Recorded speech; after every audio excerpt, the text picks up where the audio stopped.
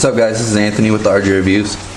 Today I'm going to show you a few knives that are easy on the wallet and you can pretty much take anywhere with you. As long as you can take a fixed blade knife with you. Out in the country it shouldn't be a problem, so you shouldn't have to worry about it if you're going camping or hunting or hiking or anything. All three of these knives are going to be cold steel, and the reason they're all cold steel is because cold steel has a really good, basically like a value line as far as fixed blades are concerned. I guess there's a lot of really strong folding knives out there that you could take with you, but I would just rather have a fixed blade with me if I need to do any kind of tough work on it, so that's what I chose to show you guys today. Like I said, they're all cold steel. They're all going to use 4116 Krupp stainless steel blades, and they're all going to have a polypropylene handle. It's like a high impact polymer handle.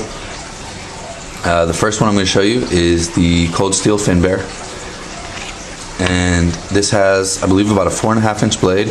It's 2.5 millimeters thick. It's hollow ground, has some nice sweep to it. This is a really good knife for, I've made feather sticks with this knife. We made a fire bow. The last time we were out, me and a friend, we went fishing and we weren't getting any bites, so we just started basically playing around and just making some survival type items. We made a fire bow and some other things. And this knife works really well for woodwork. Which it should. I mean, when you look at it, it has a blade that's kind of reminiscent of the Mora knives, and of course Mora knives pretty much rock for woodwork or any kind of outdoor activities. But this knife is really good for feather sticks, tent stakes, just your basic whittling or carving, making notches. This will do it all for you. The handle has is ribbed. It doesn't really have a checkering. And at first it feels slick when you play with it, when you first get it. Of course you're going to play with your knife when you first get it.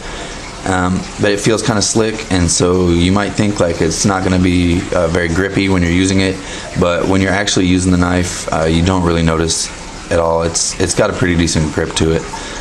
It's kind of odd shaped, the handle, almost egg shaped, but it works just fine. Just feels funky when you're just holding it. Once you get into using it, you don't really notice. They don't come with these sheaths. None of these knives come with these sheaths. They all come with these pouch type sheaths, and of course they're going to fit in there like that, and they work just fine. I just don't really like them, so I make Kydex sheaths for pretty much all my knives actually, unless they come with a Kydex sheath already. But yeah, so that's the first one. That's the Fin Bear. That one really rocks. I like this knife.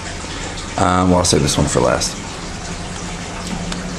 This next one right here is the cold steel Roach belly. Now, Nothing Fancy, I believe, did a review on this knife, and he said he really liked it, and so I went ahead and bought one, and pretty much everything he said I agree with. This knife is really cool. It rocks. It's got real nice jimping on the back. The handle feels really good. The way the blade makes almost like a choil here, your hand's not going to go anywhere. Very sharp tip, nice sweep. I believe this one is also 2.5 millimeters thick. These two, this one and the one I'm about to show you, have lanyard holes. The Fin Bear does not, but I don't really care because in small woodworking tasks I don't use lanyards anyway. So of course all cold steel knives pretty much that I've bought anyway, and I have quite a few of them, they all come razor sharp. 4116 doesn't really hold an edge that well, depending on the grind and depending on the blade profile, I guess, and what you're using it on, but it'll do its trick. It's not too bad if you're just going to take it out and this is for like emergency use. Yeah, it'll be fine. If you're going to take it out and you're expecting to, skin game, build shelter, and do all this other stuff, and you're not going to have to sharpen it, you're pretty much looking at the wrong knife, and you're pretty much looking at the wrong tool, because a knife is going to lose its edge when you use it. And I hear a lot about S30V and all different kinds of really nice steels out there, but I have quite a few knives with higher end steels, and eventually you have to sharpen all of them. So be realistic and just take I have a Lansky turnbox sharpening kit with ceramic rods that is small enough to put in a pack, and you can sharpen your knives pretty much anywhere you're at. But this knife rocks. This is a really good knife for outdoor usage. The next knife I'm going to show you is the third one. This is my all-time favorite knife that I own, and you would not believe how happy that makes me, considering that this is a $12 knife. Now this knife was 10 bucks, this was 11 bucks or 10 bucks, and this was 12 bucks. So pretty much you can afford actually probably to buy all three of them. Even if you're a kid and you're just, you know, getting an allowance, you can probably still afford to buy all three. This is the Cold Steel Pendleton Light Hunter. This is the single best knife in between $10 and $50 that Cold Steel sells. I don't care what anybody else says, this is the best one. This knife rocks. It's got the same kind of steel, 4116. It's the same thickness, it's 2.5 millimeters thick. This has a 3 5/8 inch blade and a 4 7/8 inch handle. It weighs 2.7 ounces, this knife. Also, you'll see that the hollow grind starts from way up here at a quarter and works its way all the way down to a razor sharp edge. Of course, Cold Steel, razor sharp edge, but I'll tell you this knife, even having the same kind of steel, holds its edge better than either of these two knives any day. This knife I used specifically for trimming these sheaths, and I made probably 10 or 12 sheaths with this knife, using it for trimming before I had to sharpen it again. I mean, seriously, this knife is really, really nice for what you're getting. It also has the best handle out of the group. You can see kind of slight palm swells here, and the way that it swells at the rear means it's not going to pull out. The way you have this choil right here, it's not going to go forward. I mean, this is just really, really a nice knife. I mean, I have K-bars, I have some Benchmades, I have a lot of Kershaw, a couple Gerbers, and whereas I like them a lot, especially Kershaw's, I love Kershaw, but this is the best knife I own.